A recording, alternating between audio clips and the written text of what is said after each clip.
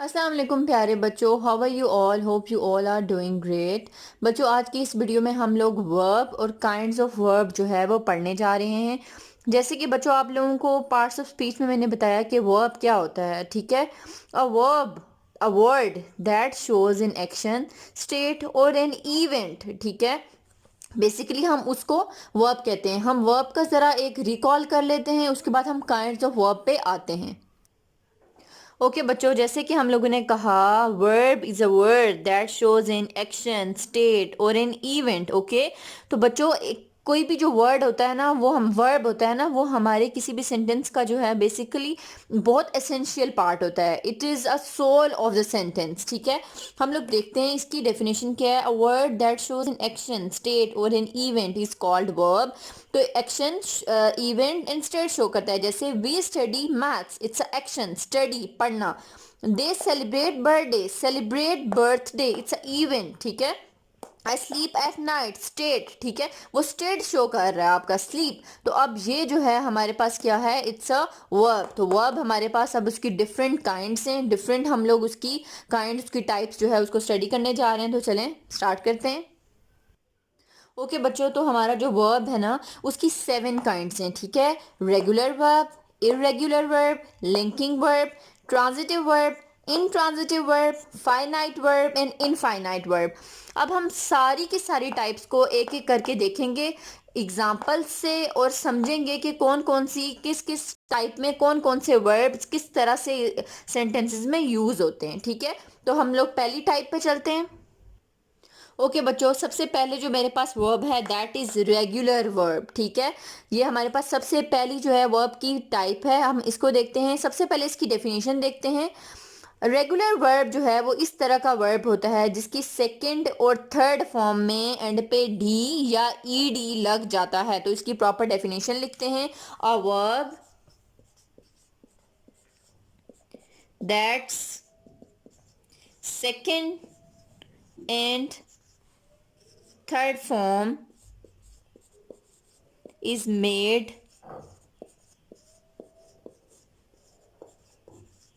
by adding d or ed।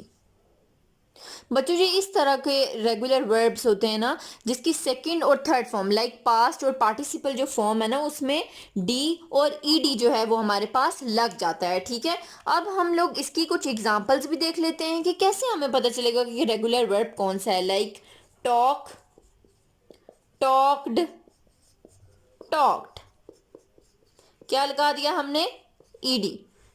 Walk, walked, walked. ठीक है, clean, cleaned, cleaned.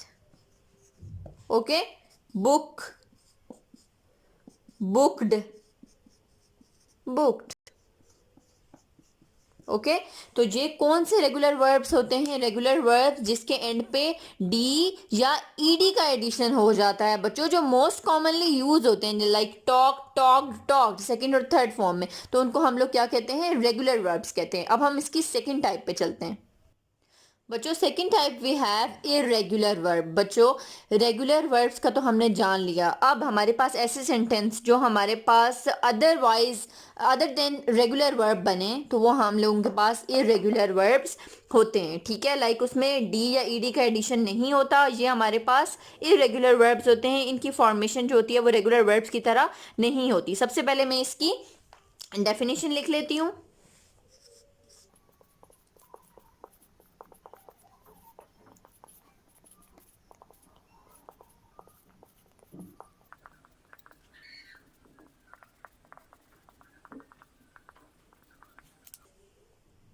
हाँ तो बच्चों, if the formation of the verb is otherwise then the regular verb is called irregular verb. Okay, अब इसकी examples में देख लेते हैं कौन कौन से वर्ब हमारे पास आ जाते हैं। लाइक ड्रिंक,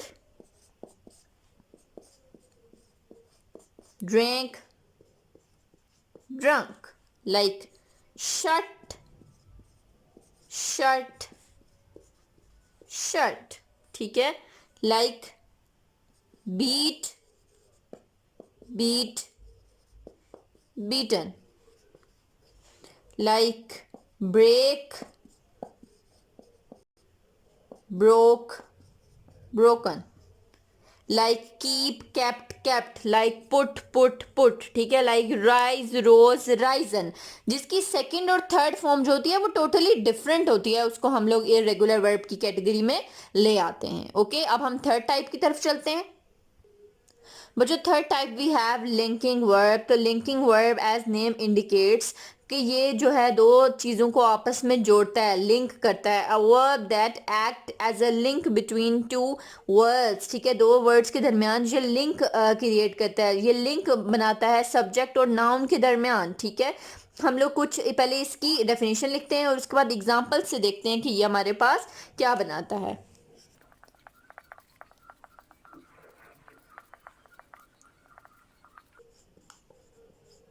ठीक है, तो ऐसा वर्ब जो कनेक्ट करता है दो वर्ड्स को, ठीक है, दो वर्ड्स को, वर्ब्स को नहीं, दो वर्ड्स को आपस में जो है वो कनेक्ट करता है, तो उसको हम लोग क्या कहते हैं, लिंकिंग वर्ब। जैसे हमें अभी मैं एक एग्जांपल लिखती हूँ, उससे आपको अच्छे से अंडरस्टैंड हो जाएगा।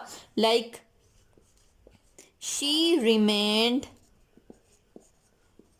साइलेंस, साइलेंट, ठीक है, she remained silent. Okay, the room is very spacious.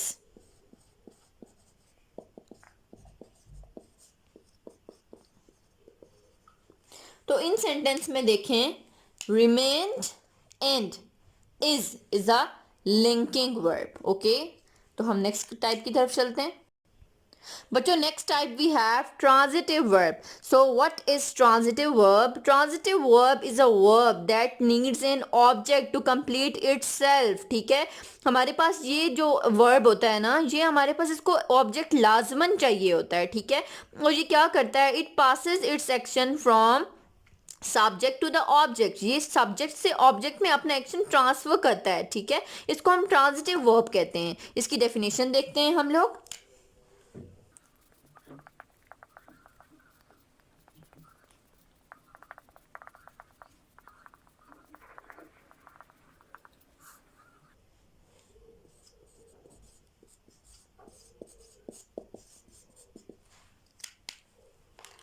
Okay, verb that needs an object to complete itself, it transfer its action from subject to object. For example, हम इसकी example देखते हैं, like he loves him. Okay, तो एक हमारे पास ये हो गया, तो दूसरा हम क्या करेंगे, the boy kicks the football.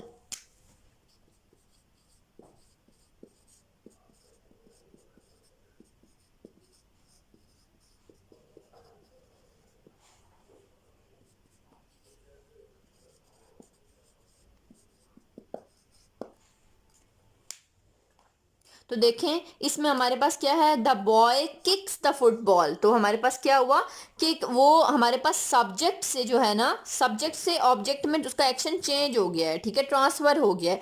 The boy kicks, तो हमारे पास ये क्या होगा, ही लव्स हिम। तो ये हमारे पास एक्शन जो है वो ट्रांसफर हो गया है और इसको हम ट्रांजिटिव वर्ब कहते हैं। ओके बच्चों, next type we have intransitive verb. Transitive verb में हमने क्या कहा था कि उसको एक ऑब्जेक्ट चाहिए होता है और वो अपना एक्शन जो है सब्जेक्ट से ऑब्जेक्ट में ट्रांसफर कर देता है। बट बच्चों इधर क्या होता है, इंट्रांजिटिव वर्ब में ये क्या होता है, it doesn't need a object, जी इसको कोई भी ऑब्जेक्ट नहीं चाहिए होता है, और it doesn't pass action from subject to the object, जी सब्जेक्ट से ऑब्जेक्ट में अपना एक्शन जो है वो ट्रांसफर नहीं करता। तो सबसे पहले इसकी डेफिनेशन लिख लेते हैं।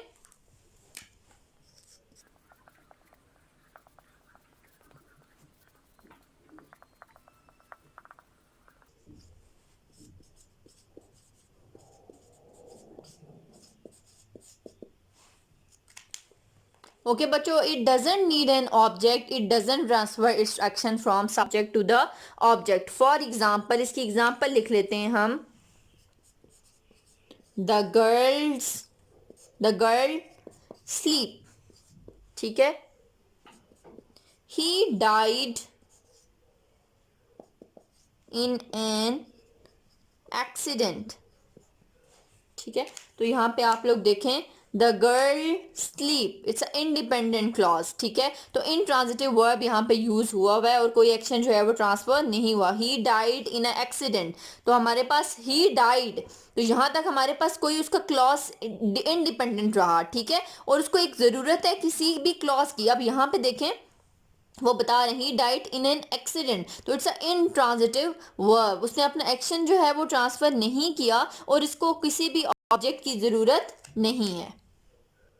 बच्चों next type we have finite verb. Finite verb जो हैं वो ऐसे वर्ब होते हैं जो अपने आप को मॉडिफाई कर लेते हैं, अपने आप को चेंज कर लेते हैं इन अकॉर्डिंग्स टू द सब्जेक्ट, ठीक है। अकॉर्डिंगली, सब्जेक्ट के अकॉर्डिंग ये अपने आप को चेंज कर देते हैं और ये जो है बेसिकली टाइम को और सब्जेक्ट को डिफाइन करते हैं, ठीक है, कि कोई भी काम जो है वो कब हुआ और कैसे हुआ और किसके साथ हुआ, ठीक है। तो ये स्पेसिफिक किसी चीज़ को डिफाइन करते हैं, टाइम को डिफाइन करते हैं या किसी सब्जेक्ट को डिफाइन करते हैं और अपने आप को अकॉर्डिंगली चेंज कर लेते हैं, ठीक है। सबसे पहले इसकी डेफिनेशन देख लेते हैं हम।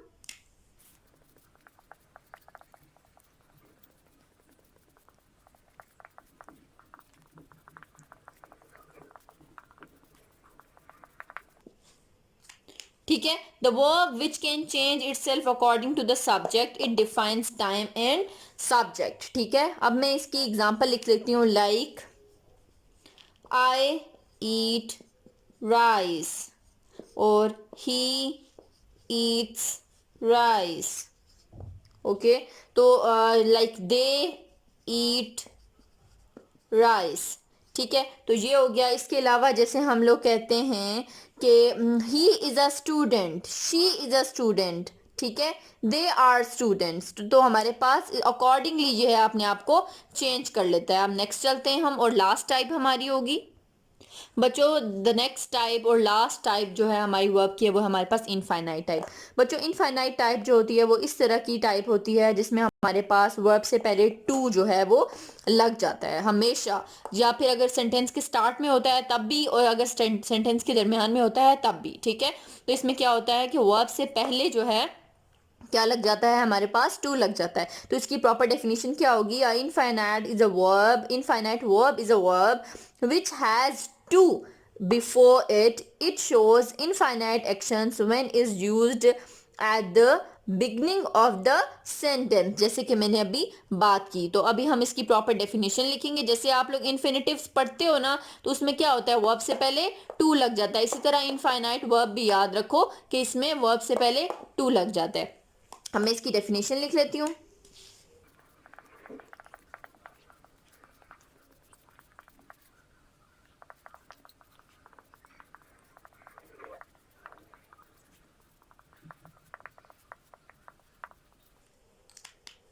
Okay, an infinite verb has to before verb. It shows infinite action when is used at the beginning of sentences. जब भी beginning sentences के शुरू में लगाया जाता है तो infinite actions को show करता है। जैसे हम लोग लिखते हैं,